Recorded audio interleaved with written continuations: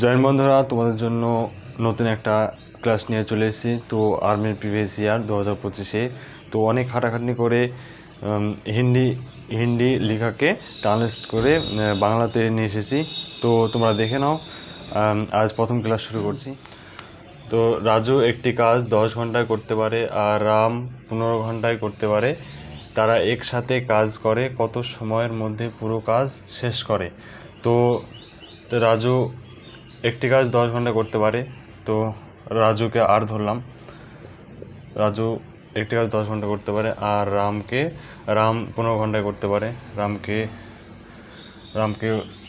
ধরলাম। তো 15 ঘন্টা করতে পারে। তো এরকম যে রাজু একটি কাজ 10 ঘন্টা করতে পারে আর রাম 15 ঘন্টা করতে পারে, তার মানে হচ্ছে এই দুজনকে লসগু করতে হবে। এই 10 আর 15কে লসগু করতে হবে। 10 আর 15 লসগু করলে 30 হবে। তো 10-এর লসগু কী করে 30 হলো দেখে নাও। 3 10-এ 30 আর 15 2 30। তো এখানে বলেছে তারা একসাথে কাজ করে কত সময়ের মধ্যে পুরো কাজ শেষ হবে। বলেছে একসাথে, রাজু আর রাম একসাথে করেছে। তো 3 আর 2 এ দুটো যোগ হয়ে যাবে। 3 আর 2 5। তো 30কে 5 ভাগ করতে হবে। 5 ছক 30। সঠিক উত্তর হয়ে যাচ্ছে অপশান বি। নেক্সট অঙ্ক দেখে নাও। তো এই অঙ্কটা সরল সুদ থেকে নিয়ে এসেছে, খুব বেশি অঙ্ক। অগ্নিবীরে তোমাদের এরকম বেসিক অঙ্ক আসে, তোমরা দেখে নাও এই অঙ্কটা কী করে করা যায়। তো 300 টাকার 11% হারে সরল সুদ 5 বছরের সুদ অঙ্কের ক্ষেত্রে একটাই মাত্র সূত্র প্রয়োজন হয়, তোমরা সেই সূত্রটা দেখে নাও। তো I = P/100। I মানে হচ্ছে সুদ, আর P মানে হচ্ছে আসল, আর T মানে হচ্ছে সময়। তো এগুলো ওপরে অঙ্ক করা হবে। তো 300 টাকা, তো P মানে আসল, 300 টাকা হচ্ছে আসল, আর 11%। তো এখানে T মানে হচ্ছে সময়, 5 বছর আগে T আছে তার জন্য 5টা এখানে হবে। আর এখানে আর আছে সুদের হার, মানে আর মানে হচ্ছে সুদের হার,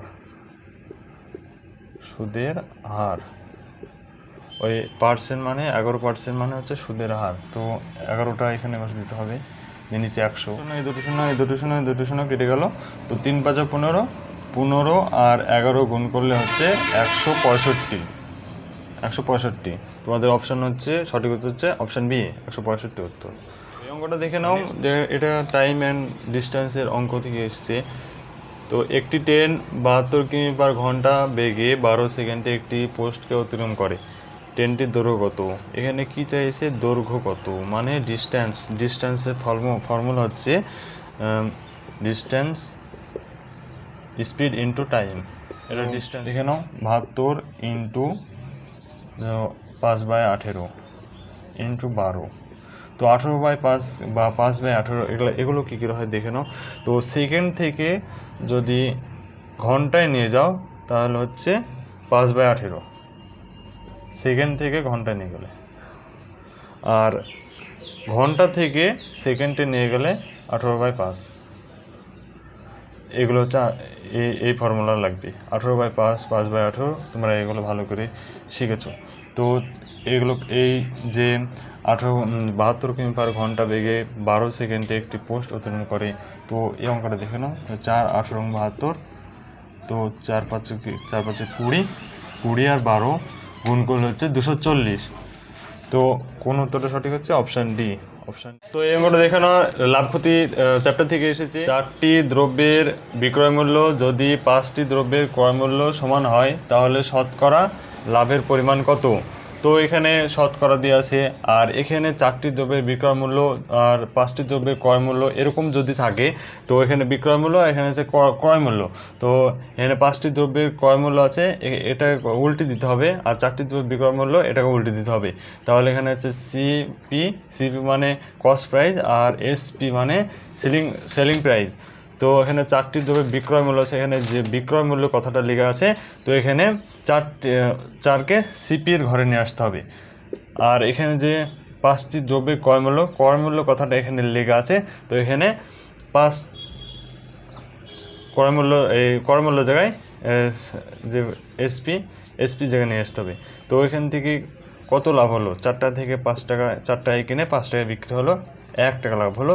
আর এখানে কতটা দিয়ে কিনেছিল, 4 টাকা দিয়ে। আর এখানে যে সব বলছে শতকরা লাভের পরিমাণ কত, শতকরা মানে এখানে 100 ধরতে হবে, 4 25 100।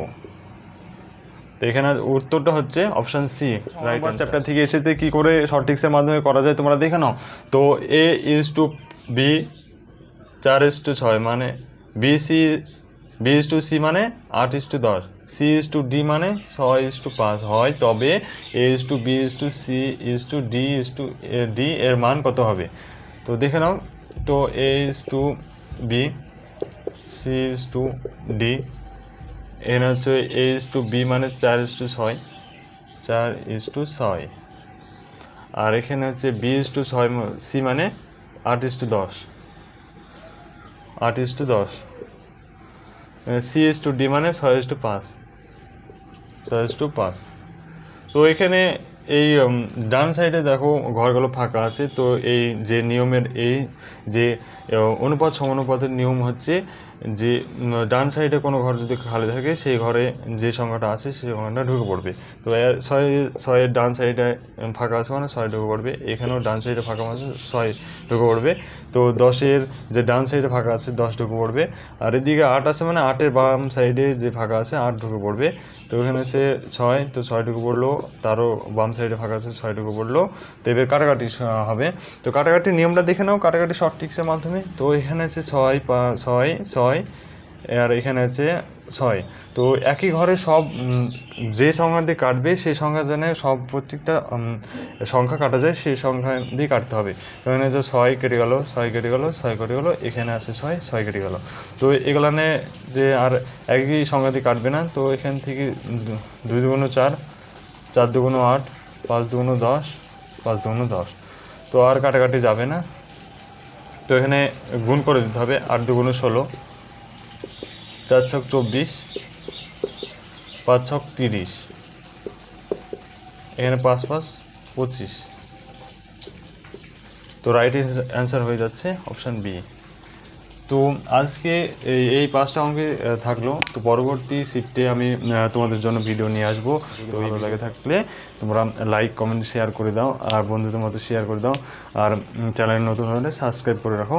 আর পরবর্তী যে শিফটের, তো 2য় নম্বর শিফটে যে 15টা অঙ্ক হবে সে সিলেক্ট করে তোমাদেরকে বাংলায় আমি করাবো।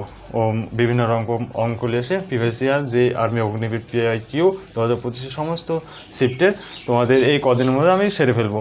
তো চ্যানেল নতুন হয়ে থাকলে সাবস্ক্রাইব করে দাও, বন্ধুদের মধ্যে শেয়ার করে দাও।